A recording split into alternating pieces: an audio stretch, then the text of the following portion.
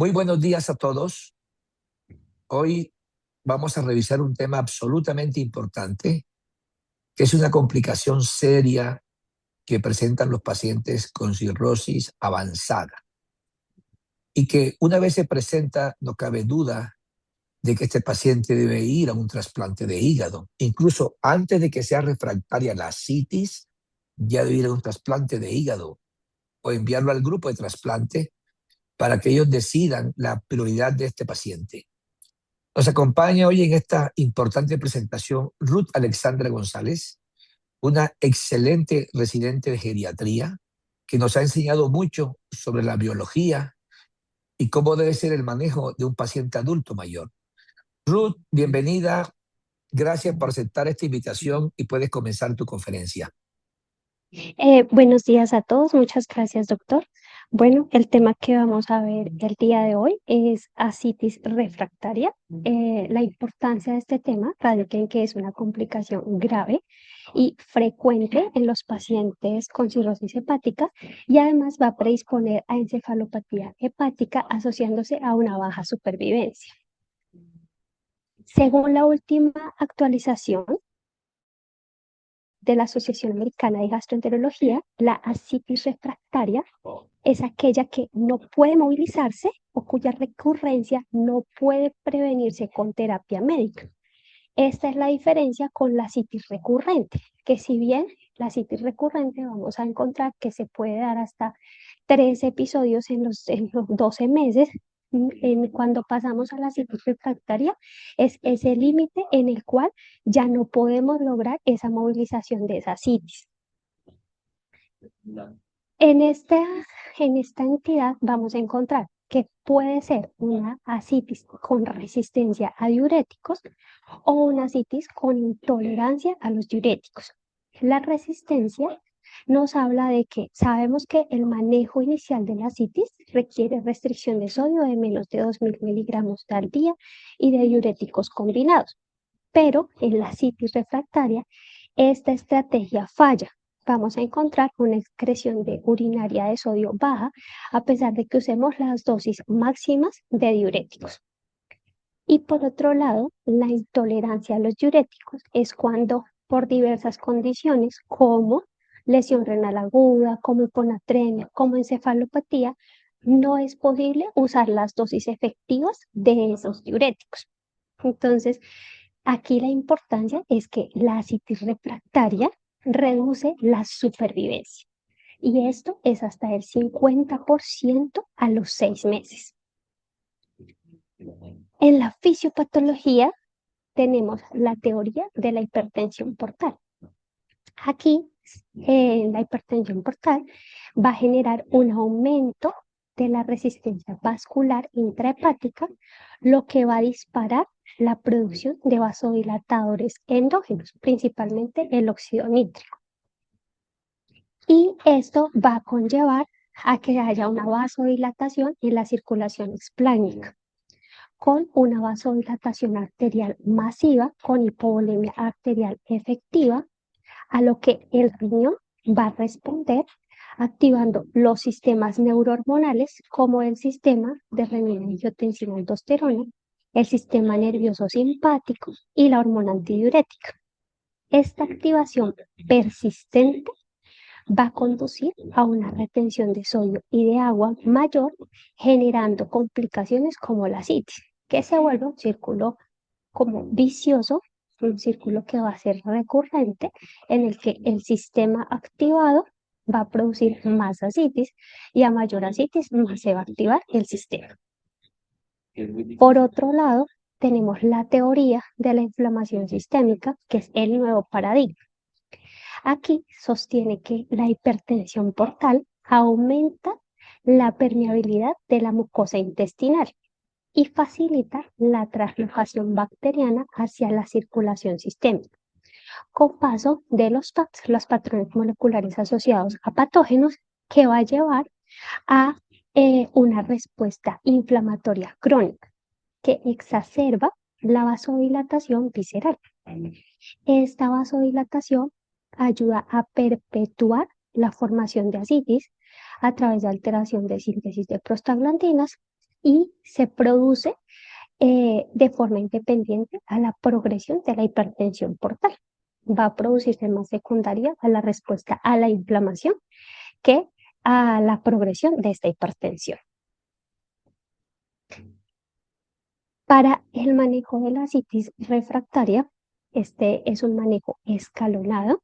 Tenemos que la primera línea, cuando hablamos de refractariedad, es la paracentesis terapéutica de gran volumen, que debe ir asociada con la administración de albúmina a dosis de 6 a 8 gramos por cada litro extraído de ascitis que supere los 5 litros. La frecuencia de esta paracentesis va a ser guiada por la recurrencia de la aparición de la ascitis y la severidad de la misma. Si bien las guías recomiendan que la reposición se debe hacer a partir de los 5 litros, hay pacientes en los que se puede considerar la reposición incluso en menor volumen cuando hay hipotensión o en casos seleccionados de insuficiencia renal. Entonces se debe individualizar también esta administración de albúmina. Digamos que en los casos, esto es en los casos de agudo, pero ha habido como esa inquietud en cuál es la respuesta cuando se administra la albúmina a largo plazo. Y aquí tenemos dos estudios que han intentado dar como esa respuesta a este interrogante. Son dos estudios del 2018. Tenemos el estudio Answer, que es un ensayo abierto, paralelo, aleatorizado y multicéntrico que se hizo en Italia en 33 hospitales. Lo que hicieron fue una asignación aleatoria de los pacientes que tenían cirrosis y ascitis, pero era una ascitis no complicada. Y los pacientes fueron aleatorizados a recibir la terapia estándar, que era la terapia con antidiuréticos, antialdosterónicos y furosemida, versus la terapia estándar más albúmina. Las dosis de la administración de albúmina fueron 40 gramos 2 veces por semana durante 2 semanas y después se administró 40 gramos cada semana máximo por 18 meses. Y el resultado principal fue valorar la mortalidad de estos pacientes en 18 meses. En este estudio se encontró que esta administración combinada de albúmina con la terapia estándar mejoraba la supervivencia y tenía menos complicaciones, pero recordemos que fue una ascitis no complicada. Y por otro lado, del mismo 2018 tenemos el estudio MATCH. El estudio MATCH también fue un ensayo multicéntrico, aleatorizado, doble ciego y fue controlado con placebo. Aquí se incluyó 196 pacientes. Estos pacientes tenían cirrosis y ascitis y estaban a espera de trasplante. O sea, tenían unos niveles de enfermedad más avanzados. Los pacientes los aleatorizaron a recibir placebo o a recibir midodrina más albúmina, pero la dosis de la albúmina fue diferente. Aquí les administraron 40 gramos de albúmina, pero era cada 15 días, es decir, que tenían dosis menores de albúmina. El resultado principal de ellos fue la presencia de la incidencia de cualquier complicación. Pero cuando igual evaluaron la mortalidad y cuando evaluaron la mortalidad encontraron que no había mejoría en la mortalidad a un año. En el análisis de estos dos estudios, probablemente la eficacia dependió de la severidad basal que tenían los pacientes, pero también de la dosis de albúmina, pues que fueron dosis no equivalentes, comparables. Acá en estas dos gráficas vemos en la primera la supervivencia global a los 18 meses, que fue el objetivo primario del estudio Answer. En la terapia combinada, la terapia plus que tenía la albúmina humana, y en esta resultó la reducción de un 38% en la mortalidad con un hazard ratio de 0,62 estadísticamente significativo, mientras que Acá en la siguiente gráfica vemos que en el estudio MASH, el tratamiento con midodrina y albúmina no se asoció a diferencias significativas. En esta gráfica es en la supervivencia y tampoco en esta siguiente gráfica tampoco hubo diferencia en el estudio, en el objetivo primario de ellos, que fue el desarrollo de desarrollar alguna complicación. Otra de las terapias que tenemos y que conocemos en los pacientes con cirrosis son los beta bloqueadores. Si bien el estudio PREDESHI demostró que el carvedilol reduce la formación de ascitis en cirrosis compensada, se debe tener en cuenta que en la ascitis refractaria y en los casos de inestabilidad hay que individualizar muy bien al paciente porque el uso de los beta bloqueadores en este tipo de pacientes puede conllevar a daño. Entonces, esta terapia con beta bloqueadores tiene una ventana de manejo. Esta ventana es en la cirrosis compensada, pero se debe individualizar y tener en cuenta los criterios de suspensión de Babeno 7 en los pacientes en los que desarrollen o peritonitis instantánea o tengan una presión arterial sistólica por debajo de 90 o estén desarrollando una lesión renal aguda como criterios de suspensión de la terapia con beta bloqueadores. Y la derivación portosistémica intrahepática transyugular o TIPS es la intervención hemodinámica definitiva. El mecanismo va de la descompensación directa del sistema portal y cuando se compara con la paracentesis de gran volumen es superior para controlar la ascitis y se asocia con una menor mortalidad. Se recomienda el uso de los stents recubiertos, estos son stents recubiertos de politetrafluoroetileno para reducir el riesgo de complicaciones, dado que la terapia con TIPS aumenta el riesgo de encefalopatía hepática hasta en un 50% de los pacientes que son llevados a TIPS. El momento óptimo para la TIPS aún no está definido, pero se ha observado que hay una mejor respuesta con lo que se conoce como la estrategia temprana de TIPS. Esta estrategia hace referencia a los pacientes que en menos de 3 meses han tenido menos de 6 paracentesis. Y se ha observado que con esta estrategia hay un mejor control de síntomas, mejor control de la ascitis, hay una mejor supervivencia y hay menor número de hospitalizaciones. Si bien hay otros expertos que sugieren que se deben llevar los pacientes a TIPS después de 3 paracentesis de gran volumen en 12 meses y que tengan otras indicaciones como por ejemplo sangrado basiliceal, pero en esta afirmación los datos son limitados.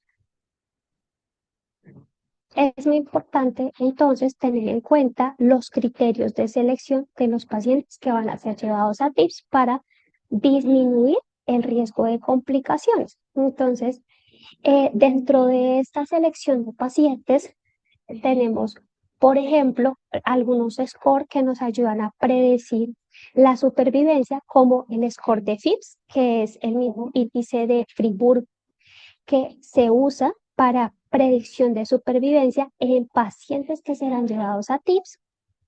En este score nos va a ayudar a valorar el riesgo de complicaciones y de insuficiencia hepática aguda sobre crónica.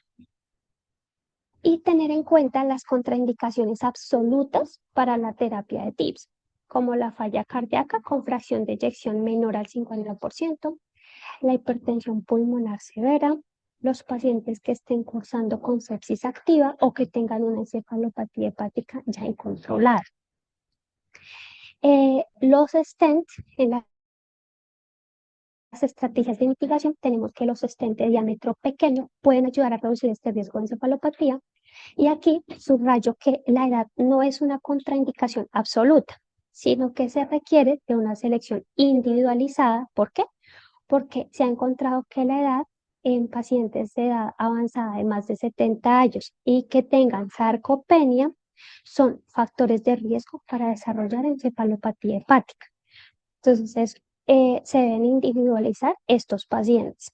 También dentro de las estrategias de mitigación se deben tener en cuenta los pacientes que tengan un MED mayor a 18. En 2017, Bureau y colaboradores en este ensayo aleatorizado compararon los tips recubiertos frente a la paracentesis de gran volumen en pacientes en ascitis, pero en ascitis recurrente. Es decir, no eran pacientes con ascitis refractaria. Ellos demostraron que cuando se usaban estos tips recubiertos versus la paracentesis de gran volumen, se demostró una mejoría de la supervivencia libre de trasplante a un año de un 93% versus un 52% en el grupo control y no se aumentó la encefalopatía hepática. Aún así, tenemos otras tecnologías alternativas, como por ejemplo la bomba alfa, que es un dispositivo automatizado de bajo flujo. Lo que hace este dispositivo es que transfiere la ascitis a la vejiga y ha mejorado la calidad de vida, pero conlleva riesgo de infección y hasta un 30% riesgo de insuficiencia renal aguda. También hay que tener en cuenta que este drenaje continuo de líquido pues no tiene una reposición de albúmina, entonces se pueden generar complicaciones a este nivel. Y en los pacientes que no son candidatos a TIPS, no son pacientes candidatos a trasplante o que solamente se necesita por un corto tiempo, también es otra opción. Tenemos los catéteres peritoneales tunelizados. Estos catéteres también tienen un riesgo elevado de infección, hasta un 15% de peritonitis bacteriana espontánea, pero el beneficio en los pacientes en los que no se tenga otra alternativa y sean para uso corto porque se quieren llevar a trasplante, pues va a ser marcado, o en los pacientes que para uso paliativo se va a usar, pues va a conllevar mayor calidad de vida porque el paciente puede pues hacer uso, manejar el dispositivo desde su casa y no va a tener que estar yendo a muchas hospitalizaciones. Entonces, en ese sentido, mejora la calidad de vida de ese tipo de pacientes. En 2022, Wills y colaboradores en este metaanálisis analizaron 77 estudios y encontraron que la mortalidad a un año en pacientes con TIPS fue del 33%, comparada con la mortalidad a un año también de los pacientes que fueron llevados a las paracentesis de gran volumen, que fue el 45%, y con una menor mortalidad de los pacientes con el dispositivo de la bomba alfa, pero esta fue una mortalidad de 24%, pero fue medida solo hasta 6 meses y con lo que ya habíamos comentado, con un alto riesgo de insuficiencia renal aguda. La mortalidad, pues sí, no hubo una menor mortalidad en los pacientes con el catéter peritoneal tunelizado, porque como ya vimos, esta generalmente puede ser más una estrategia que se busca para calidad de vida, más no para mortalidad, para mejorar mortalidad y que se puede usar en pacientes como parte del cuidado paliativo. El objetivo final de todas estas terapias va a ser evaluar al paciente para un trasplante hepático. Y esto es independiente del MED, porque la ascitis es un predictor de mortalidad independiente. El MED se ha utilizado, si bien como un predictor de mortalidad en pacientes con cirrosis y con otras hepatopatías avanzadas. En el contexto de la cirrosis tenemos el MED 3.0, que es superior al MED sodio. Aquí en este nos ayuda a predecir la mortalidad a 3 y a 6 meses, y lo que en este 3.0, que fue el del 2023, incorporó el género y la albúmina como variables adicionales, es decir, que Cuando usemos este score de riesgo, el que debemos usar es el último de 2023, que nos incluye estas otras variables. Pero pues importante es todo paciente evaluarlo para, si es posible, la terapia con un trasplante hepático. Acá tenemos entonces un resumen de lo que hemos hablado. Sabemos que la primera línea es la restricción de sodio más diuréticos, pero cuando esta primera línea falla y nos enfrentamos a la citis refractaria, vamos a tener la citis de gran volumen seriada con la albúmina como el tratamiento de primera línea, y aquí se debe avanzar a una evaluación de corazón, de hígado y riñón para definir qué pacientes son candidatos a TIPS y llevarlos a TIPS recubierto, o los que no son candidatos y llevarlos a los dispositivos como la bomba alfa o a catéteres tunelizados si se va a usar por un corto tiempo para evaluar el paciente como meta final el trasplante hepático. En pacientes mayores de 60 años se requiere considerar la valoración geriátrica integral para valorar problemas biológicos, funcionales, sociales, como la sarcopenia y la fragilidad. La sarcopenia es un predictor independiente de mortalidad y se presenta entre el 40 al 70% de estos pacientes, debido a que esta inflamación sistémica crónica promueve el catabolismo proteico. Y los pacientes además que son frágiles tienen mayor mortalidad en la lista de espera de trasplante con un hazard ratio de 1.5. Los pacientes con sarcopenia y fragilidad deben tener una valoración multidisciplinaria con un enfoque nutricional adecuado. Este manejo nutricional pues es vital para lograr que estos pacientes estén en la mejor optimización de su estado basal. Se recomienda que tengan una ingesta de al menos 35 calorías por kilo día y una ingesta de proteína de 1.2 a 1.5 gramos por kilo día, así como suplencia de vitaminas D y de zinc. Y se debe guiar por el índice de masa corporal. Se debe preferir parámetros como la fuerza de agarre y la velocidad de la marcha. En mensajes para la casa, la citis es un evento sistémico. La citis refractaria es un predictor de mortalidad. Se debe personalizar el manejo con la albúmina.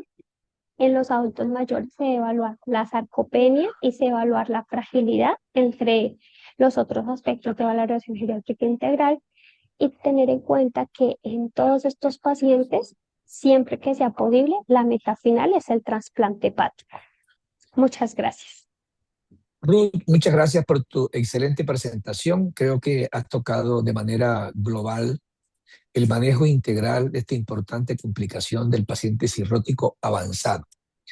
Un mensaje que quiero dejar hoy día es que la hepatología es una disciplina que hace parte de nuestra gastroenterología. Para ser hepatólogo se requiere ser primero médico general, internista, gastroenterólogo y después hepatólogo. Es una subespecialidad. En Colombia existe la hepatología clínica, pero en realidad hoy día la especialidad es hepatología de trasplante, que son individuos que se dedican fundamentalmente a manejar pacientes con enfermedades avanzadas que tengan que ver con el trasplante de hígado. Porque el manejo integral de las patologías que no requieren trasplante lo puede hacer un gastroenterólogo bien entrenado en los aspectos básicos de la hepatología. No obstante lo anterior, en nuestro hospital ya tenemos un hepatólogo. Y ese hepatólogo hay que utilizarlo, hay que consultarlo, y me gustaría que a partir de hoy gastroenterología no maneje en el hospital los pacientes con enfermedades del hígado. Hay un hepatólogo que hemos luchado muchísimo nosotros para que haga parte de nuestro staff. No sé si hay alguna pregunta por parte del público, alguna inquietud, algún comentario.